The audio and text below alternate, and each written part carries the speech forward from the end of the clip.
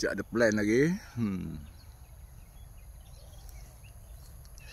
Kalau latihan di daerah cukup dan mengikut spesifikasinya, sudah pasti tak gagal. Ikut spek lah. Kalau buat pioneering tu, gunakan buluh yang sebenar. Jangan guna lady sate. Okay. Shortcut. Raut buluh tu cantik-cantik. Ambil masa lah, dah tahu nak datang pengangkat raja. Buatlah awal-awal. Cantik lah. Nampak? Kemas. Kenapa tak boleh? Kenapa orang lain boleh? Ni dah pelantar. Kita nak pelantar ni. Cuma pelantar ni kalau boleh, tinggikan lagi sikit. Okay. Tahniah.